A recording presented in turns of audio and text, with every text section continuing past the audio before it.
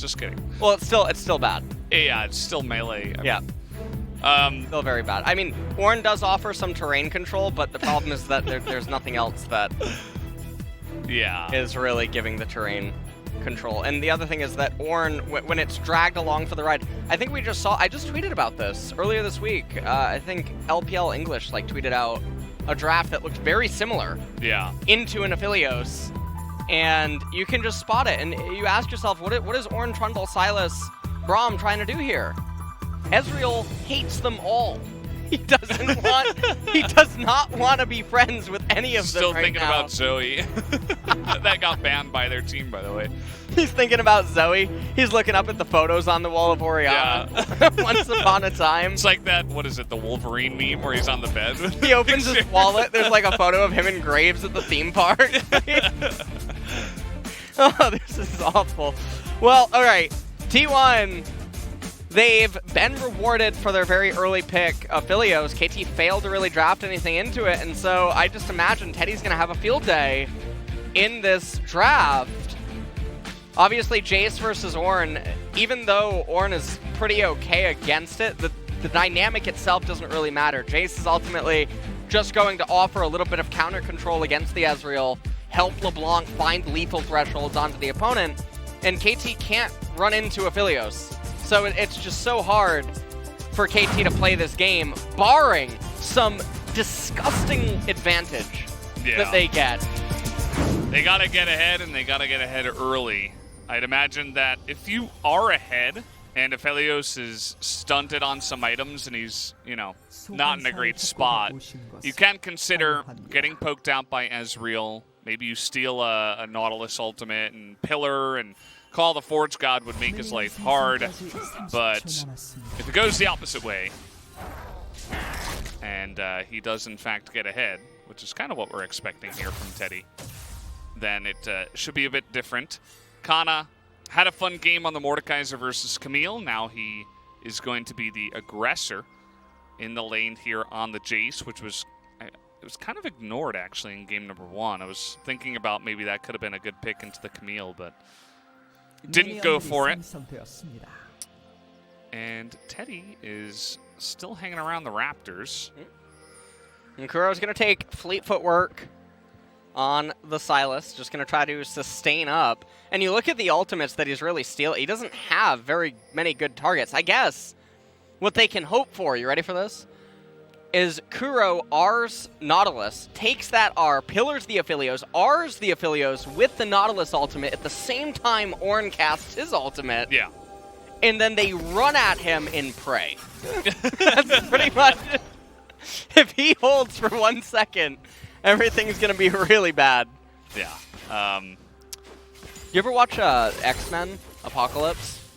I've seen the one X-Men movie. We've actually had this conversation before. I think it's the time traveling one. I forget the name of the Days of Future Past. Yeah. All right. Well, I saw that one. I didn't see any of the other ones.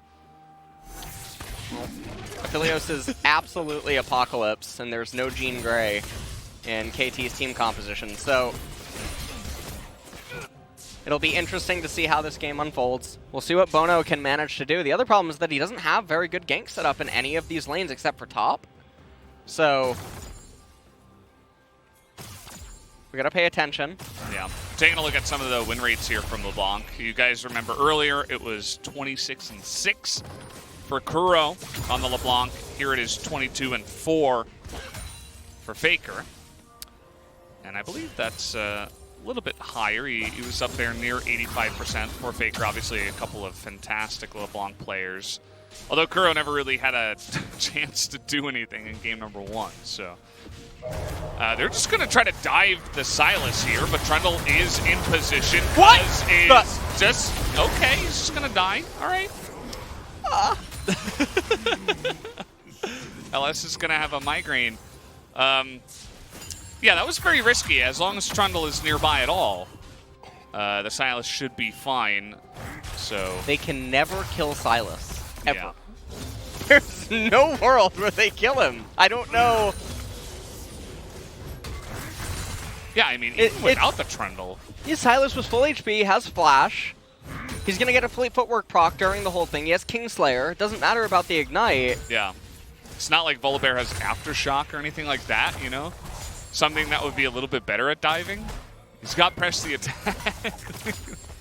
That was very strange, to say the least. We'll have to hope that doesn't happen again. I think at the very best, if Kuro misplays it miserably, it's a 1-for-1.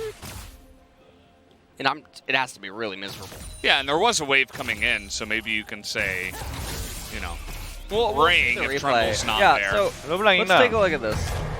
So, there's never a way. Now also, there's no reason for Trundle to flash. You can even see it. I mean, bonO's he's griefing the Sylas by flashing.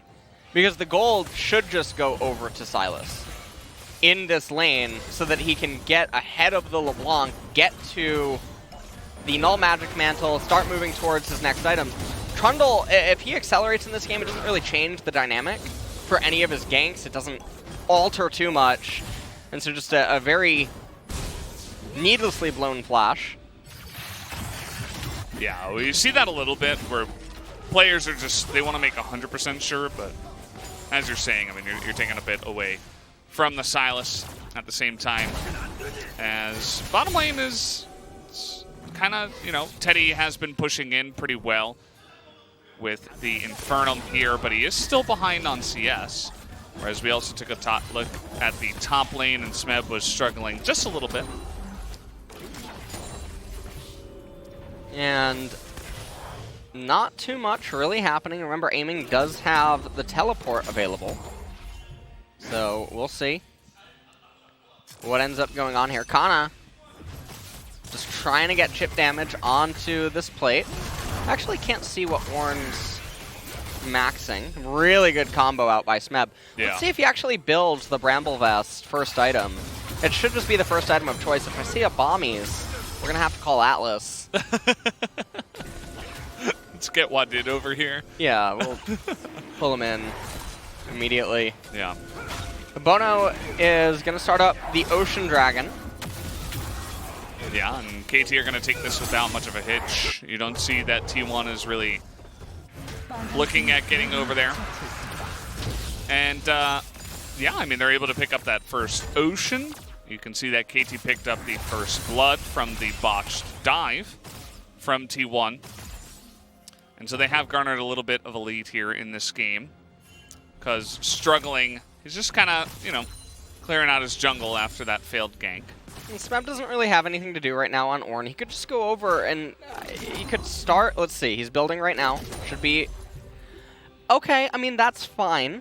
Chain Vest. So it's not going to be the Bramble.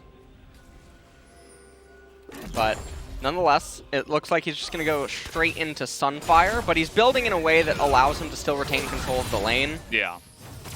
And get a lot of value. The control ward. So if you're a top lane player and you're watching this, yes, Smeb did place the control ward down, but when your intention is to freeze and pull the wave, and you know that you're not ever going to be moving out of this pocket, you should never place the control ward down. I think a lot of people, when they play solo queue, they make that mistake. They just place it instinctively. You have to really think about what you're doing and what you're going to do 30 seconds from then, because if you just place the ward and then the wave's coming into you, it doesn't grant you anything. It ends up dying. You make a donation. Yeah. Over to the enemy team, so. Yeah, always be thinking ahead, and always think about your item choices as well. Sometimes we see a lot of players, they've played thousands of games. A lot of it just comes to them like they're going through the motions. And bonO here is going to be on a ward. He's going to try to get some pressure relief up on the top side. Smeb doesn't currently have TP. So the thing going on here that's really weird is you'll notice that all of bonO's camps are up. His top laner is fine. His mid laner is fine. His bot lane is fine. No ganks exist currently at this point in time unless T1 makes a mistake. bonO is just sinning every single day of the week right now. He is in the 8th layer of hell, headed straight down to the bottom right now. Hell yeah. Yeah, he is. Look at him. He could just be... I just don't know. what we're really going on here. This is very, very, very high variance gameplay. Yeah, and this time, you know, you mentioned high variance. This time, it looks okay because he's able to get the jump onto the enemy jungler and get started on this very early Rift Herald. But a lot of the time, you're going to be punished for the risk that you do take. And so this time around, though, bonO is going to be able to pick this up. It looks like he wants to run towards mid. And now Smeb is just going to go for the knock up here. And Canna just able to hit him away and dance in front of him. Sure. And so now there's no charge for Smeb. He's in a little bit of a strange spot, but he should be fine with Flash. And so it looks like they want to try to kill Smeb here. Now, he's pooling a lot of gold. I don't know why he's not building behind the turret as he's waiting for the wave. Because he has so much gold. He has biscuits. He's going to eat that biscuit right now. Getting as much HP as he can. They're just going to jump on him, and he actually survives for an incredible amount of time, and that's going to be 2 kills. Both of them going to Smeb. As once again, kind of a botched dive here from T1. You can see that Kuro is able to eat up all of that CS. There's not going to be too much left, or missed rather, here in the mid lane, as bonO's going to be able to pick up all that XP at least. And once again, KT able to respond in kind. Well, we'll see a replay when that ends up happening. KT really botching that. Or T1 really botching that against Smeb. Who, now, I mean, the lane is just going to swing. It's going to be a little bit rough for Jayce. We're going to take a look at it one more time. And you can see Volibear, he has the R. And why didn't he use it? I'm really not I don't know what's going on with Cuzz in the second game. Even the observer points it out. Yeah, watch this. At that point, you don't really need E. You don't need W. That was close. Yeah. Faker tried to get the chain. We'll take a look at it one more time. 이러면 탑 다이브 하면 볼만도 하겠다. They're going to try to go for a top dive. 눈치 보고 And you can 봐주라. see he has 900 gold, so just run behind the turret. If you think that you're going to get dived, build an item. Why are you dancing? It's like he knew it was coming, but he didn't do anything about it. He's saying that he knows. Yeah. And he says they can turn it around, too. I mean, if Volibear ults, they can't. And then he builds after he does. Oh, yeah, the gold. Well, either way, KT going to be really happy about that. They are actually going to demolish the bottom turret. The Rift Herald was used down there by the Trundle, and they're going to roll that into Mountain Drake at the same time. So bonO trying to exert a lot of pressure down there, and they will be able to pick this one up. It is going to be Infernal Soul on the map this time around, as and now the Sylas is in a little bit of trouble. What? Just going to get Flash. Are you doing? What? Very unhappy on LS here on the desk. Yeah. Sylas with his flash up. Easily able to avoid that play. As Cuzz does look a little bit lost here on the Volibear.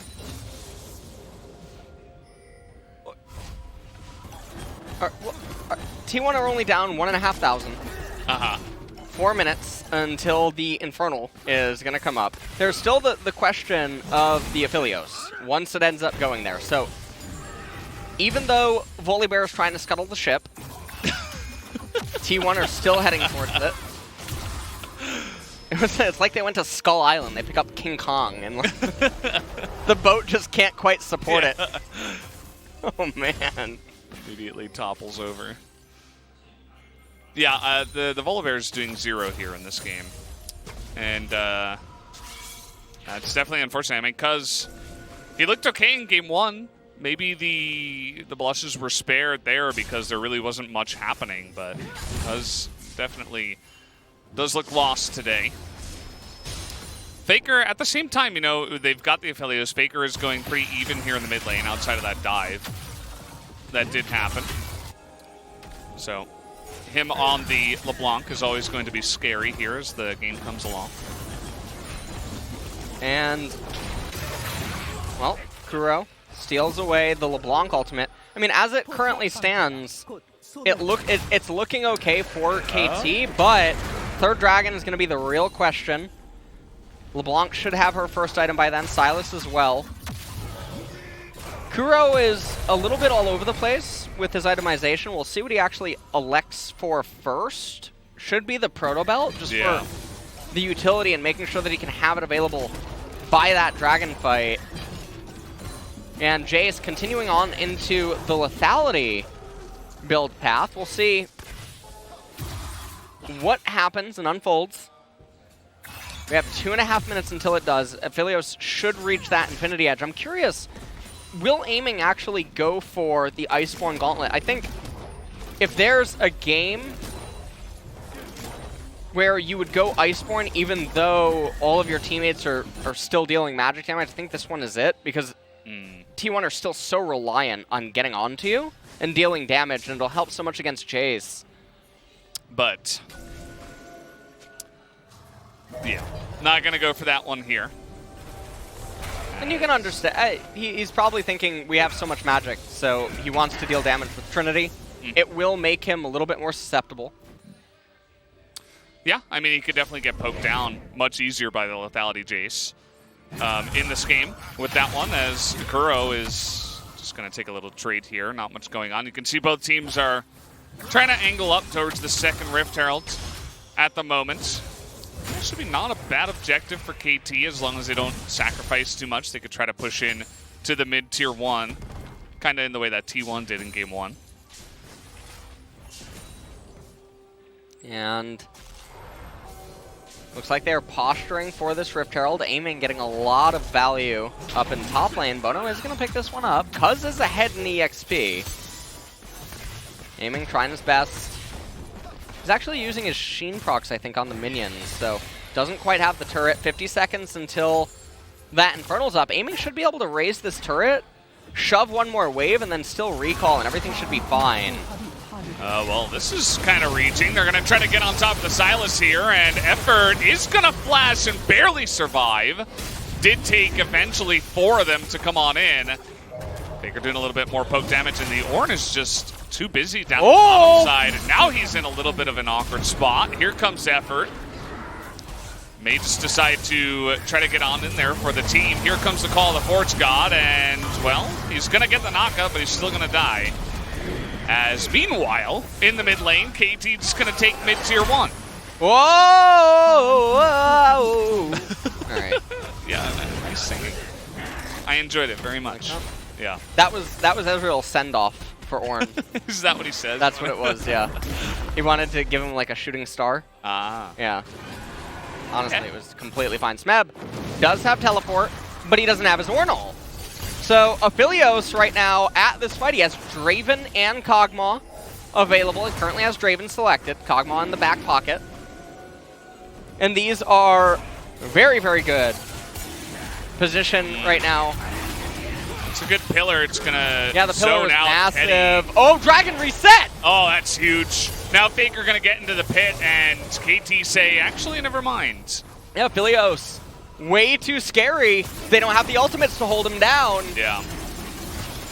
And so that's just going to be Infernal Drake picked up for T1. And Valdez, I think this is probably the beginning of the stability. The stability, the instability. Well, the instability for KT now. Yeah. It is going to be very hard. Also Duality. notice, no one is actually building any ornaments, which is going to be something that it's not even that they're going to have that to look forward to. Take a look. I mean, Effort with a really good lockup. Teddy dishing out quite a bit of damage. LeBlanc, they also drew the teleport out from Ezreal prematurely. And then down here, Smeb, Effort, knowing that he has the stopwatch, chooses to stay for this sequence. Ends up utilizing it, but Smeb not able to get enough value in. When they summoned the Rift Herald in mid lane, they did manage to crack that, but less than a 1,000 gold lead now for KT. And Infernal Dragon coming up yet again in 4 minutes, and things are looking really good if you're a T1 fan right now. Yeah. The only thing is that the 80 carry gold difference is almost 2,000. Cuzz, I think he should be okay here. He's actually going to flash. Don't know if that was necessary. He had the whole team coming down to help him. He was full health, but decided that he wanted to be safe, and now aiming. Trying to style a little bit, trying to put on the pressure. He's got that Trinity Force and Muramana completed. Yeah. Ooh. Yeah, that's a little bit scary. Gonna do a bit more damage to the Ezreal with his itemization. Faker, meanwhile, right now up there in top lane. Just waiting for waves to come in. Now, this is the part of the game where freezing becomes a thing again. See if it ends up happening indirectly or directly. Teddy's just going to AoE the wave. As Blast Whisper now being built by Jayce. Probably going to end up picking himself up the Mortal Reminder. And KT now, they're the ones that are on a timer. Even though Ornn is on the team, and a lot of people, they would associate Ornn and Ezreal as being these monstrosities in the later stages, there's not a whole lot of value that's going to be gained. I like Kuro. He is going into Luden's Echo, so we will be able to get Luden's Pulse against T1. Although I wonder if Zanya's Paradox would be a better upgrade. Probably would be, given T1's team composition. They're going to get the Scuttle Crab for themselves. Yeah, it's pretty far from that, though. I think that KT on the timer, maybe they want to just try to pump out an item and a quick ornament and try to come over the top here on T1 in the mid game. And you can see that Canna is in a little bit of an awkward spot here. Smeb not going to call the Forge God. There it is, finally coming on in, but Edge of Night in position, and they're actually just going to make him flash. As he said, well, I'm probably going to get pillared here and then knocked up and then stunned, so I'd rather just not have to deal with any of that. Retain my health and just use my flash.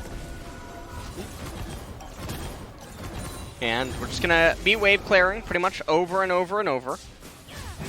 Not a whole lot going on. Gold score is dead even pretty much right now. Yeah. Separated by maybe 50. The biggest difference is top lane is winning hard for T1, but the AD carry originally was winning pretty hard for KT. Aiming was very far ahead, but feels like that lead has shored itself up a little bit here. And maybe the Sylas is slightly ahead of LeBlanc.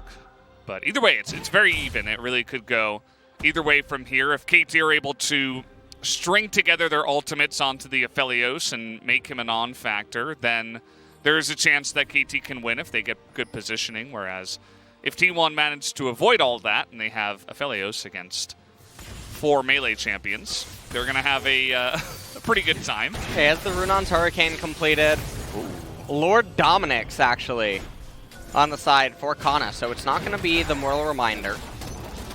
And so, in that regard, they won't have any Grievous Wounds, at least for Trundle and Sylas. Yeah. And don't forget, aiming, he's got a door on his blade. Oh, okay, nice. I want to keep that one in a little bit there. Oh, Cuzz. He is going to have to ult the wall. As here comes aiming, he's going to have a fun time playing front to back like that. Although we did have the Braum ultimate used in the trade for Cuzz's ultimate here. Smeb about to get called the Forge God, and now Kuro's got that depth charge. Coming in at KT. I said KT and aiming at the same time. Yeah. That was really weird. Kataming. Yeah. Oh, that is a Thanos snap. Yeah. Here is the ultimate, and now Effort is in a bit of trouble. The Faker into the backline is not going to find that value. He is so low. Man. And aiming actually is doing a lot of work here. Teddy not quite able to get enough damage in. There's that pillar. The pillar bot doing his job up against the Aphelios, who is trying to go 1v5, but he cannot in this scenario. And they're just going to say, well, let's take the Baron. And a super disjointed fight by T1. You saw Aphelios, he was separated by his whole team. And KT able to end up winning out here. Teleports now coming in. They're starting up the Baron. And you can see the ping going down onto the Infernal Dragon. Looks like Faker. Well, they want to actually challenge it here. Yeah, this is... Now, TusiN is low, but everybody else is pretty much full Oh! health. They're going to snipe TusiN, and aiming's going to go down too. At least the Baron goes away at KT, man. but they're going to try to funnel them in here. Cuzz? It's 5v3. Cuzz trying to find that engage, and now Canna coming in from behind is going to knock Kuro back. bonO should get out alive. Doesn't look like they're going to be able to snipe him, and actually so does Ornn. So they pick up 3 kills in the trade for the Baron. Faker now 3-0. And now, I mean, the Infernal Dragon's going to be picked up as well. This is going to buy T1 a lot more time. Aphelios, he's not at his scariest point yet. When the Death Dance comes online, that's when he's going to be the real raid boss. So, very unfortunate. KT didn't just pick up the Infernal Dragon. They could have brought themselves to Soul Point. And given the assumed GPM on Teddy, he wouldn't get the Death Dance by that fight. It would have been their best opening. So, let's take a look at the team fight here. Cuzz over on the right-hand side, Canna and Faker. No one is there for Teddy, so Aphelios can't enter the fray. Volibear, Olaf cosplay 101. And Canna not able to do anything either. Ornn just absorbing everything. Pillar comes out, Canna runs for the hills. He has the teleport available, he knows that. And Aphelios ends up going down. KT could have taken the Infernal Dragon. Now, Canna knows about the Braum shield, comes over, uses the Shock Blast. Faker goes into, tries to steal the Baron. Not able to get it, but gets the shutdown onto aiming. And then it's all about corralling them. Cuzz just didn't want to go in. KDA Carl over here. As Canna jumps forward. I mean, Volibear's full HP with Flash. I don't know what he has to be afraid of. If they stay to kill him, all 3 of them die. Because the amount of commitment they would have to commit, or I can't speak, take it away. Well said, well said. Yeah. And, well, at least they're able to get a good amount of value from that, especially because the Infernal was left, and, what? He's just on vision there, just gives his life away. At least there's no objectives to be handed over to T1 in this case. TusiN kind of having an unfortunate series of games here. And it looks like maybe they want to go for a push. I'm not sure. There's not too much to take on the map here with KT with the Baron buff. That's going to be a very unfortunate Baron penalty kill here. Yeah. Essentially. It's not every day that we see the Baron negative deficit. Also, I mean, Faker's LeBlanc is having a fantastic game here. Really waking up in the mid to late transition. He's also got 8 stacks on Darkseal. Would love to see a Magi's just picked up by him, given that an assist grants the passive, the Soul Stealer passive. Would be super good. Yeah. Blue's going to come up. Faker probably going to be the one to get it. Instead, he went for the Blasting Wand. He completed the Morellos and got Blasting Wand. Probably had enough for the Magi's, and he actually got the kill after as well, so he would have had it had he bought the Magi's there. So he would have had 10 stacks now. So looks like he's trying to rush to just get Void Staff instead and maybe have it for the Infernal Dragon fight. That could possibly be the thought process. And so we'll see if he can actually manage to get there. By the time that team fight does unfold, Ezreal does have the Death Stance now. Aphelios not quite there yet. Teddy's not doing his patented 500 farm at 26 minutes this time around. Yeah, his lane was shut down really early from the Rift Herald, and from there was kind of being a team player rather than just going off and farming by himself. Still keeping up with the Ezreal. He's not too far behind, but certainly he is. He's not blowing the charts open right now. And Canna up here, level 16, the highest in the game right now. Yeah. Is split pushing, and Ornn is mid. So KT say, we don't want to deal with their split push shenanigans. We want to try to go for team fights. Yeah. But Smeb is going to lose that turret, and now he's going to, well, he was backing. Ooh, if Canna had actually just kept going, well, he would have gotten some chip damage, then he would have to acceleration gate away, probably when the turret's half HP, as Sylas would get there. And he doesn't want to risk that he just gets collapsed on, and then it's a full-on retreat. As he does have a bounty too, 550 gold on him. So he's going to recall. Probably should have enough for Kindle Gem at this point. Doubt that he has enough for the straight-up Black Cleaver. They probably want to allocate gold to Faker right now just to guarantee he gets to the Void Staff. Teddy is going crit. Full-on crit here. Yeah. Not actually going for Death Stance. And so Oh, let's take a look at this trade. Already very low is Kuro. The Kingslayer is down. He's trying his best, but poked down from range. Is the Sylas gonna come ahead very slightly there in the trade? And bonO actually shaking his head. I wonder what they were saying as that was going on, but Kuro's not going to be alive as soon as the Infernal spawns, but he will have teleport available. He does not have his flash. Black Cleaver's completed now. Yeah. On Jayce. Black Cleaver's completed. He is at max CDR, double control ward. Canna is a monster right now on this Jayce. Void Staff completed on Faker as well. T1 is totally online. And I like how all the pieces we're talking about, it's not even the Aphelios. He's still here, guys. He's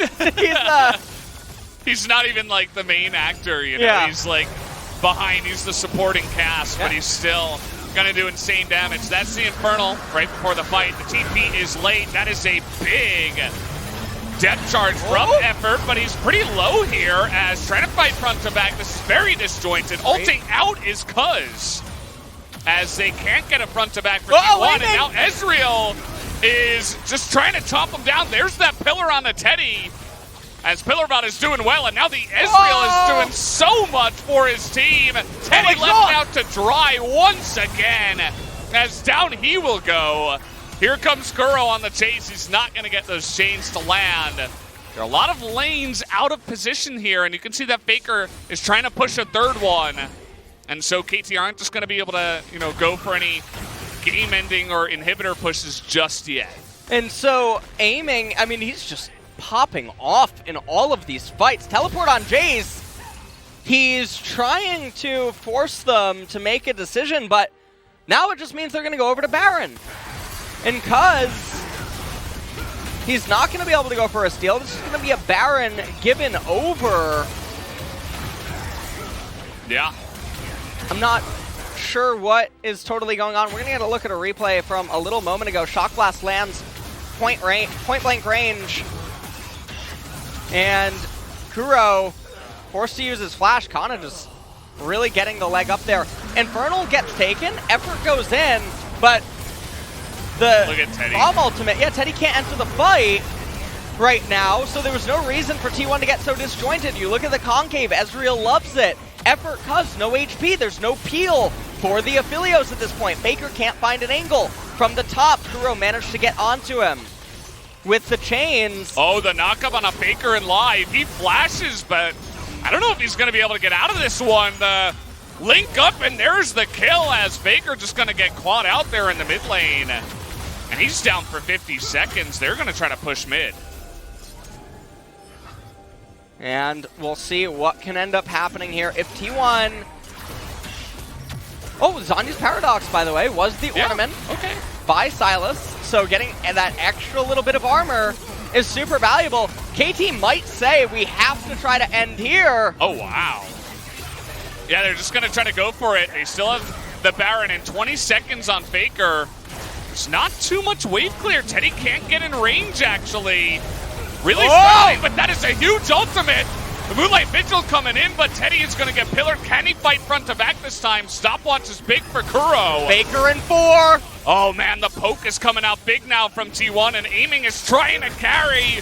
Nearly able to take out Canna, and he will. And will they just continue on the push? They have another wave coming in now. But here is Cuzz. Goes back to full HP. And Aphelios with Jinx enabled. Faker. Gonna be really careful. Faker getting tapped by aiming. Yeah. Oh, this game is it's going the distance. Absolutely getting very spicy.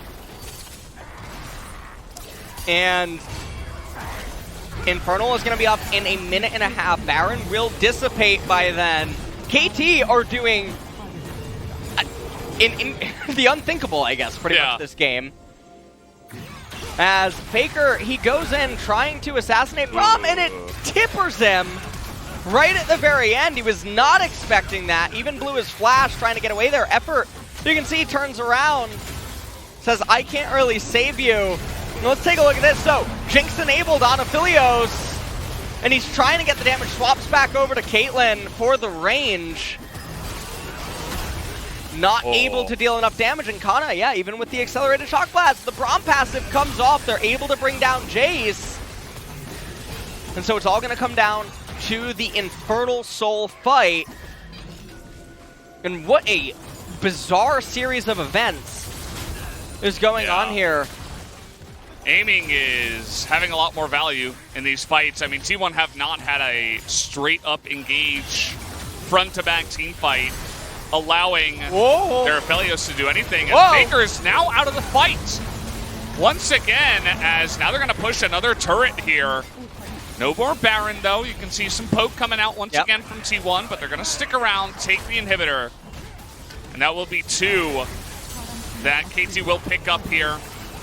See mid, it's still got 2.5 minutes, but the Infernal Drake is coming up right now. They can't let T1 get Infernal Soul. Faker is really trying to lock down aiming. Yeah, he just can't. All the resistances and the lifesteal on the side of Ezreal right now, constantly giving him shields. This is so scary right now for KT. Ooh. Multi-man Volibear. E. He's trying to help out with the poke. Yeah. That's about all he's doing in this game. Oh, Canna's going to be so careful right now. Oh, Smeb. Yeah. That's scary. That's a lot of damage. And you can see T1, they don't have like an Ocean Dragon. So interestingly enough, these events... Oh, effort. He's caught here a little bit. Oh, he managed. Can he make something come of this? He's going to fail his flash, and no, he's just going to die. That's a little bit of AoE damage on the backside, but Smeb now 5v4. They have some low-ish health bars, but you can see that T1 are not going to try to get in there just yet. They're going to take a turret. And KT. Now, both these teams are going to be on Infernal Soul. Yeah. Which rarely happens here.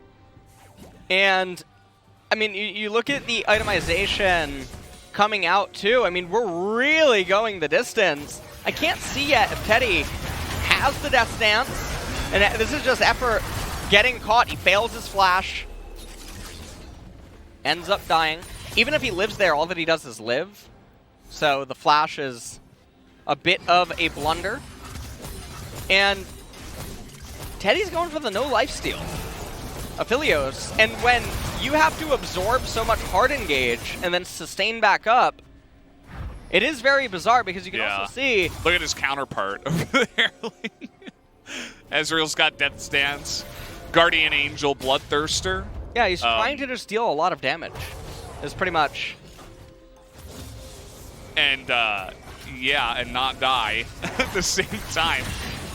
Jayce has the most damage in the game right now, even more than aiming somehow. Faker desperate to find value on the LeBlanc.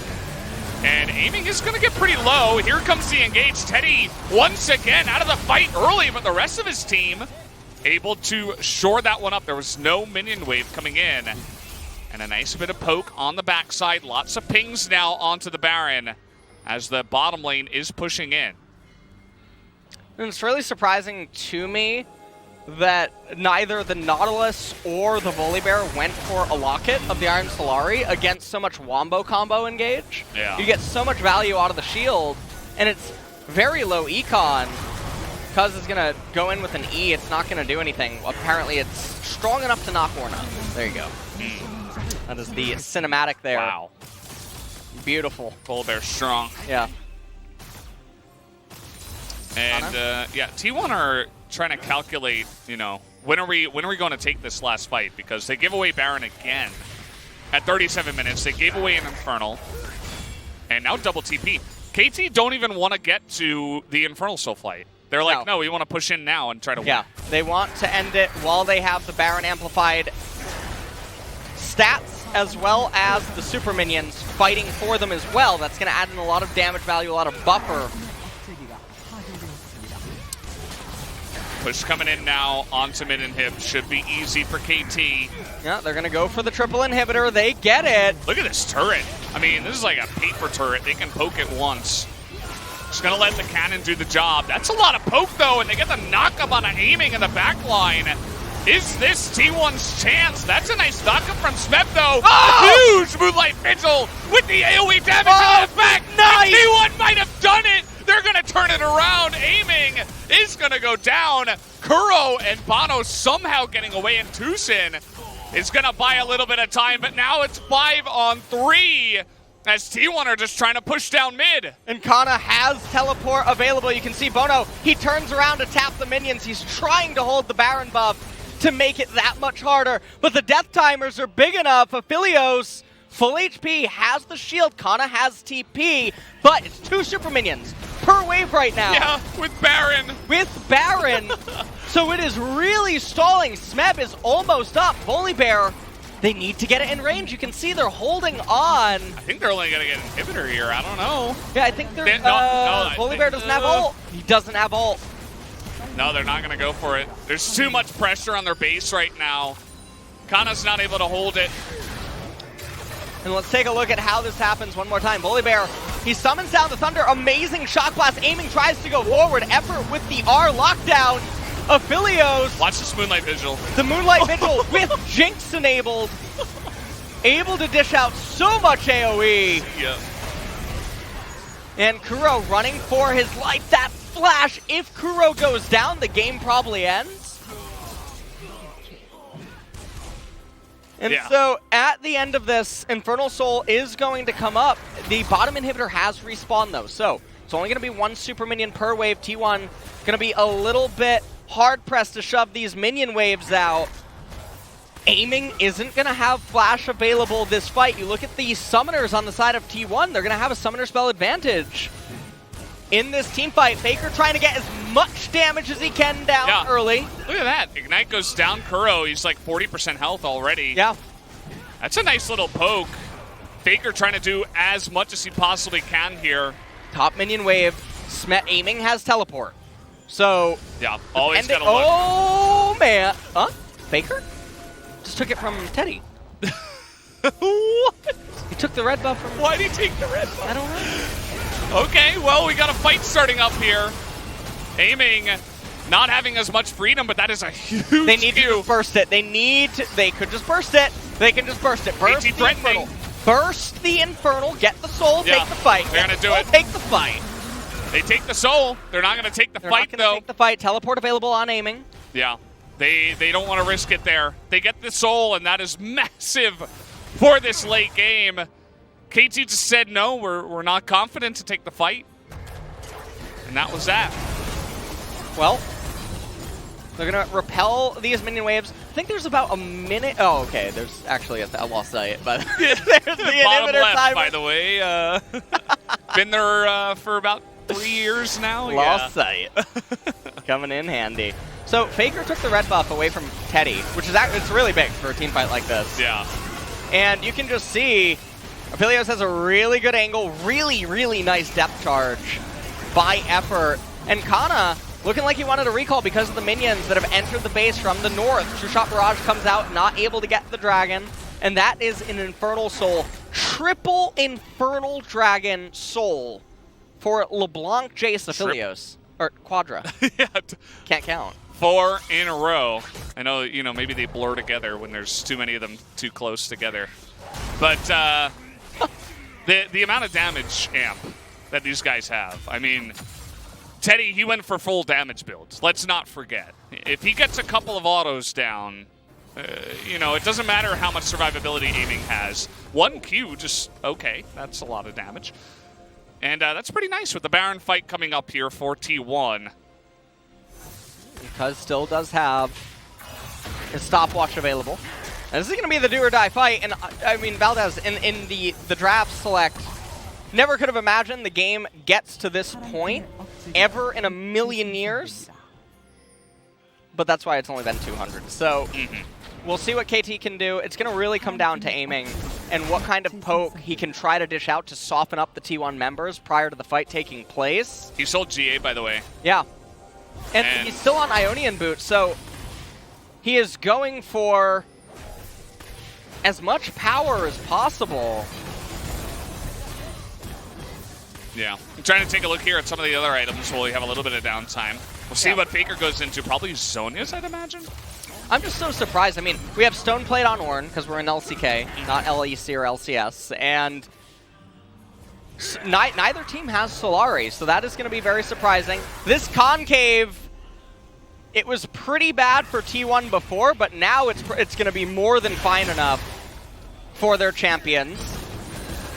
Oh, take a look at the damage. I mean, this is that just might be it. He whipped. He missed though. Okay, TusiN gonna get knocked up, but this is totally disjointed. It's 3-2 right now. Smeb is all alone. He's running away. Down goes the support. He had exhaust and flash. Yeah, and just not able to get any value in that team fight. I think the only way that KT can actually win at this point in the game is through some sort of a miracle backdoor. Yeah, the base. A complete for sure. robbery.